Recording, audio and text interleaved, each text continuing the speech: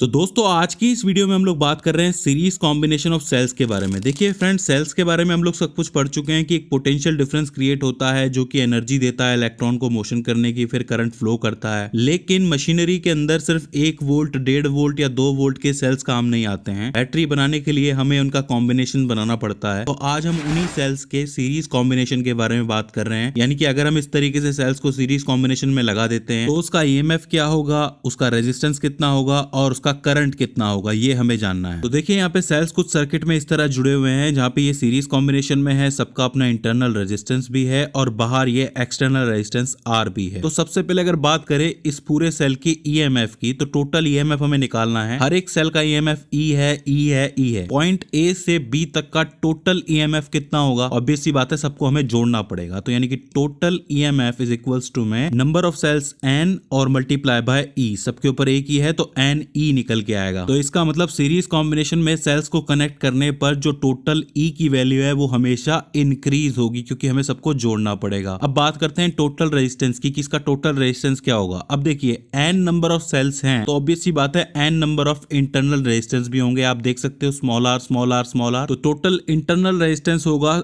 N r, यानी कि N small are, और बाहर एक्सटर्नल रेजिस्टेंस लगा हुआ है कैपिटल आर। तो टोटल रेजिस्टेंस की value n r plus capital R होगी। तो इसका मतलब रेजिस्टेंस भी बढ़ेगा, यानी कि आप जैसे ही सीरीज कॉम्बिनेशन में सेल्स को जोड़ते हो तो टोटल रेजिस्टेंस की वैल्यू इंक्रीज होगी। तो अब सवाल ये है कि इस कॉम्बिनेशन में करंट की वैल्यू क्या होगी, क्योंकि इंपॉर्टेंट तो वही है हमारे लिए। तो करंट की वैल्यू क्या होती है, वोल्टेज अपॉन में रेजिस्टेंस। तो वोल्टेज की वैल्यू टोटल ई दे रखी है जिसकी वैल्यू हमने निकाली है स्मॉल एन ई, और रेजिस्टेंस की वैल्यू क्या है small n r plus capital R. तो एन ई अपॉन में small n r plus capital R. तो ये हो जाती है करंट की वैल्यू इस सीरीज कॉम्बिनेशन ऑफ सेल्स के अंदर। तो अब क्या पता चल रहा है कि ये बढ़ रहा है कि घट रहा है। तो देखिए जरा ध्यान से समझने की कोशिश कीजिएगा। अगर ये बाहर वाला रेजिस्टेंस यानी कि एक्सटर्नल रेजिस्टेंस ज्यादा है इस इंटरनल रेजिस्टेंस से, बहुत ज्यादा है, तो ये जो आपका इंटरनल रेजिस्टेंस वाला पार्ट है इसको हम लोग नेग्लेक्ट कर सकते हैं कि अगर ये बहुत ज्यादा बड़ा है तो ये वाला नेग्लेक्ट किया जा सकता है। तो इसकी वैल्यू क्या निकलेगी, एन ई अपॉन में कैपिटल आर। एन क्या है,